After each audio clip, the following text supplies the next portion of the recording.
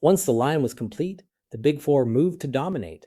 They had acquired the Southern Pacific Railroad and merged their operations into it. And by 1877, the Southern Pacific controlled about 85% of all railroad mileage in California. That is a level of market control with no parallel in the state's history. What did that dominance do? On the positive side, the economic effects were enormous. The railroad made California's fruit, grain, and wine industries commercially viable for the first time, because now perishable goods could reach eastern markets on refrigerated freight cars. It opened up Southern California to settlement. Aggressive promotional campaigns advertising California's climate helped drive a population increase of around 250% in a single decade. Towns that became rail hubs, like Fresno and Bakersfield, boomed, while towns the railroad bypassed often withered.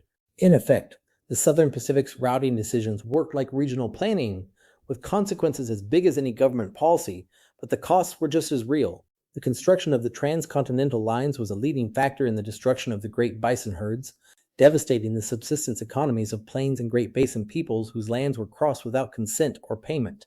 In California, railroad expansion accelerated the displacement of indigenous communities, and the completion of the railroad fed directly into the anti-Chinese movement, which culminated in the Chinese Exclusion Act of 1882, the first federal law to restrict immigration on explicitly racial grounds. Then there was the political cost. The Southern Pacific's control over freight rates gave it leverage over nearly every farmer, manufacturer, and merchant in the state.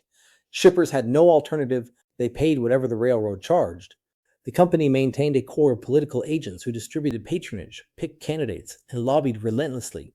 Its influence was so pervasive that people gave it a nickname, the Octopus, its tentacles reaching into every corner of California life. That image was made famous by Frank Norris in his 1901 novel The Octopus, which drew on a real event, the Muscle Slough tragedy of 1880. There, a confrontation between railroad agents and settler farmers left 7 men dead.